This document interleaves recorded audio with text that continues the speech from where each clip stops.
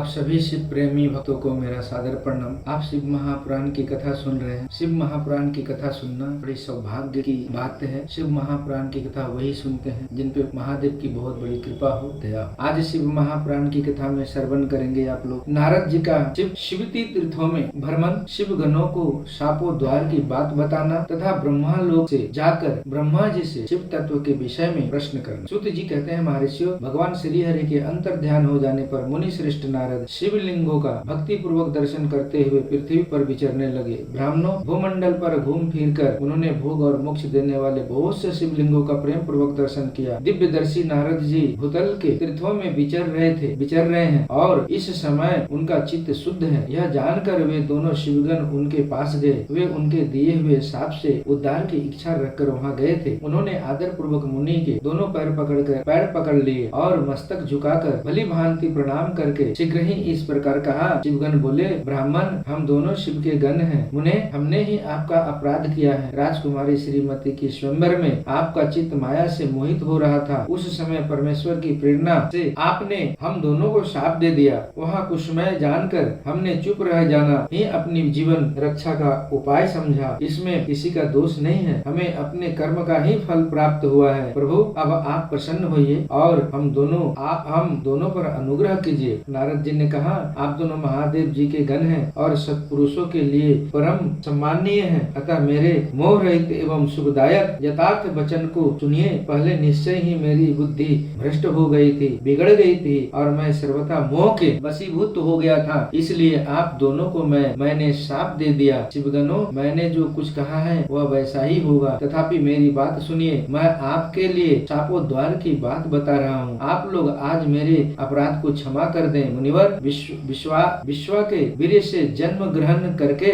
आप संपूर्ण दिशाओं में प्रसिद्ध कुंभकर्ण रावण राक्षस राज का पद प्राप्त करेंगे और बलवान वैभव से युक्त तथा परम प्रतापी होंगे। समस्त ब्राह्मणों के राजा होकर शिव भक्त एवं जितेंद्रिय होंगे और शिव के ही दूसरे स्वरूप श्री विष्णु के हाथों मृत्यु पाकर फिर अपने पद पर प्रतिष्ठित हो जाएंगे। सूत जी कहते हैं, महर्षियों, महात्मा नारद मुनि की यह बात सुनकर वे दोनों शिवगण प्रसन्न हो सानंद अपने स्थानों को लौट गए। श्री नारद जी भी अत्यंत आनंदित हो अनन्य भाव से भगवान शिव का ध्यान तथा शिव तीर्थों का दर्शन करते हुए बारंबार भूमंडल में विचरने लगे। अंत में वे सबके ऊपर विराजमान शिव प्रिया काशीपुरी में गए, जो शिव रूपनी एवं शिव को सुख देने वाली है। काशीपुरी का दर्शन करके नारद जी कृतार्थ हो गए। उन्होंने भगवान काशीनाथ का दर्शन किया और परम प्रेम एवं परमानंद से युक्त हो उनकी पूजा की। काशी का आनंद सेवन करके वे मुनि श्रेष्ठ कृतार्थ का अनुभव करने लगे और प्रेम से विहल हो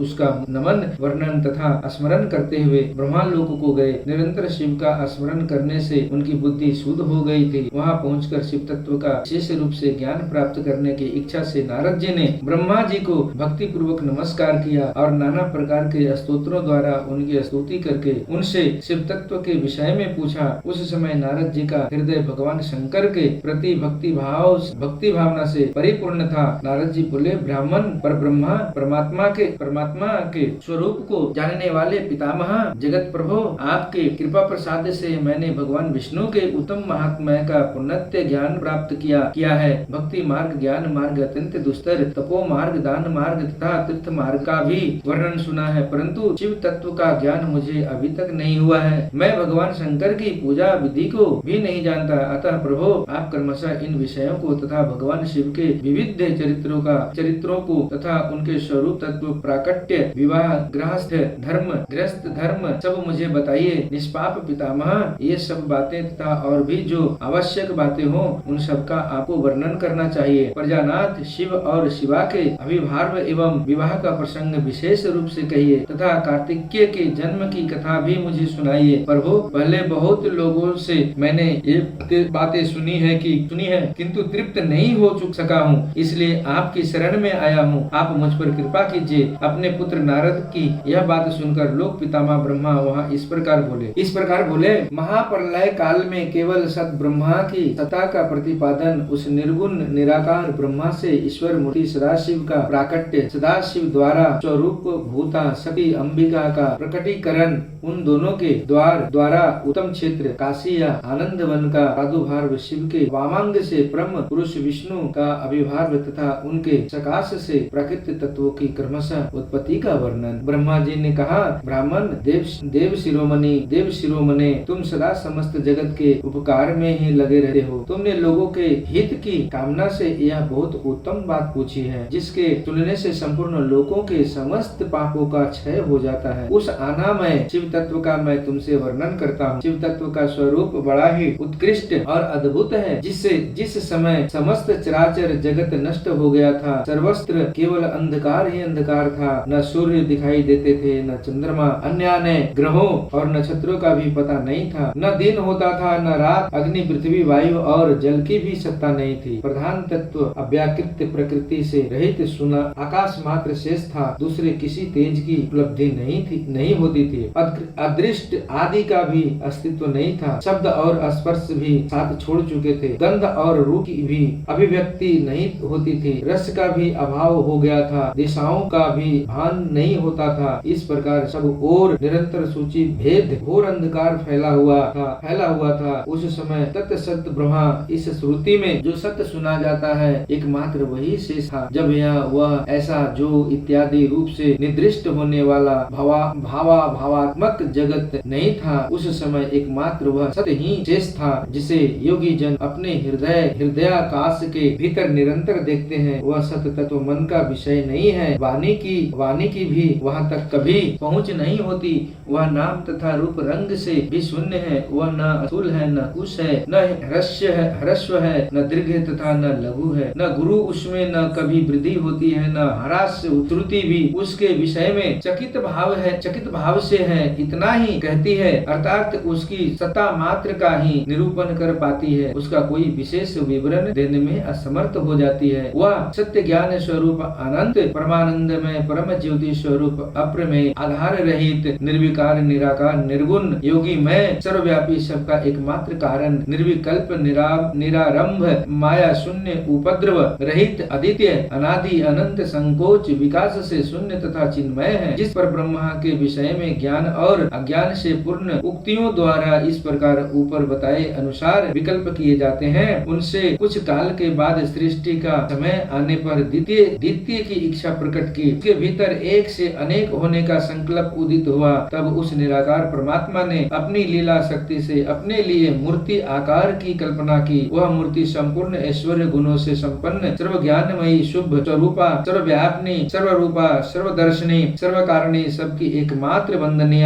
सर्वाधा, सब कुछ देने वाली और संपूर्ण संस्कृतियों का केंद्र थी। उस शुद्ध रूपिणी ईश्वर मूर्ति की कल्पना करके वह आदित्य अनादि अनंत सर्व प्रकाशक चिन्मय सर्वव्यापी और अविनाशी पर ब्रह्मा अंत रहित हो गया और मूर्ति रहित परम ब्रह्मा है। उसी की मूर्ति चिन्मय आकार भगवान सदाशिव है। अर्वाचीन और प्राचीन विद्वान उन्हीं को ईश्वर कहते हैं। इस समय एकाकी रहकर स्वेच्छानुसार विहार करने वाले उस सदाशिव ने अपने विग्रह से स्वयं ही एक स्वरूप भूता शक्ति की सृष्टि की, जो उनके अपने श्री अंग से कभी अलग होने वाली नहीं थी। उस प्राशक्ति को प्रधान प्रकृति, गुणवती माया, बुद्धि तत्व की जननी तथा विकार रहित बताया गया है। वह शक्ति अंबिका कही गई है। उसी को प्रकृति सर्वेश्वरी, त्रिदेव जननी, नित्या और मूल कारण भी कहते हैं। सदाशिव द्वारा प्रकट की गई उस शक्ति के 8 भुजाएं हैं। उस सुबलक्षणा देवी के मुख की शोभा विचित्र है। वह अकेले ही अपने मुख मंडल में सदा एक सहस्त्र चंद्रमाओं की कांति धारण करती है। नाना प्रकार के आभूषण उसके श्रीअंगों की शोभा बढ़ाते हैं। वह देवी नाना प्रकार की गतियों से संपन्न है और अनेक प्रकार के अस्त्र शस्त्र धारण करती है। उसके खुले हुए नेत्र खिले हुए कमल के समान जान पड़ते हैं। वह अचिंत्य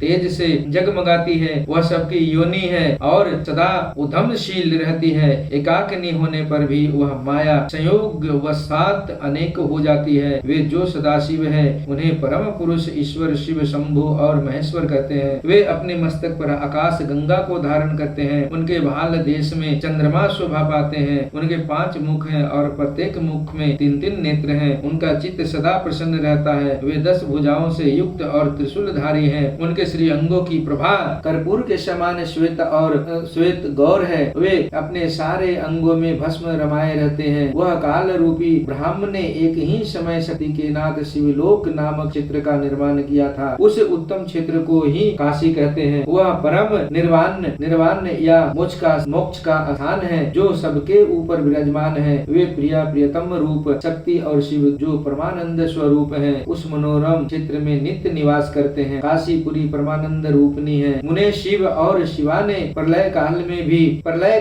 में भी कभी उस क्षेत्र को अपने सानिध्य से मुक्त नहीं किया है, इसलिए विद्वान पुरुष उसे अभिमुक्त क्षेत्र के नाम से भी जानते हैं। वह क्षेत्र आनंद का हेतु है, इसलिए पिनाकधारी शिव ने पहले उसका नाम आनंद वन रखा था।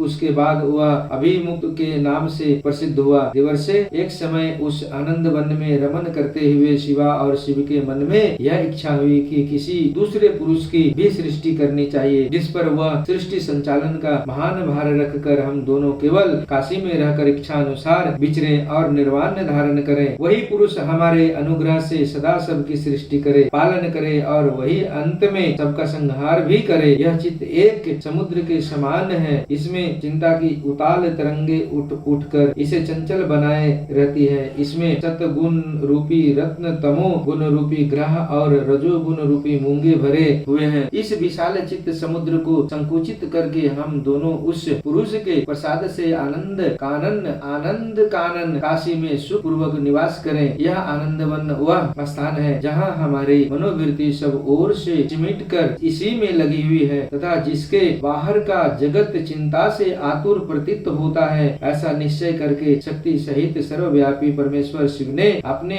वाम भाग के 10वें अंग पर अमृत मल दिया। फिर तो वहाँ से एक पुरुष प्रकट हुआ जो तीनों लोक में सबसे अधिक सुंदर था। वह शांत था, उसमें सत्व गुण की अधिकता थी तथा वह गंभीरता का अथाह सागर था। उन्हें क्षमा नामक गुण से युक्त उस पुरुष के लिए ढूंढने पर भी कहीं कोई उपमा नहीं मिलती थी। उसी कांति इंद्रनील मणि के समान श्याम थी। उसके अंग अंग से दिव्य शोभा छिटक रही थी और नेत्र प्रफुल्ल कमल के समान शोभा पा रहे थे। श्री अंगों पर सर्वगुणी श्री कांति वाले 2 सुंदर रेशमी पीताम्बर शोभा दे रहे थे।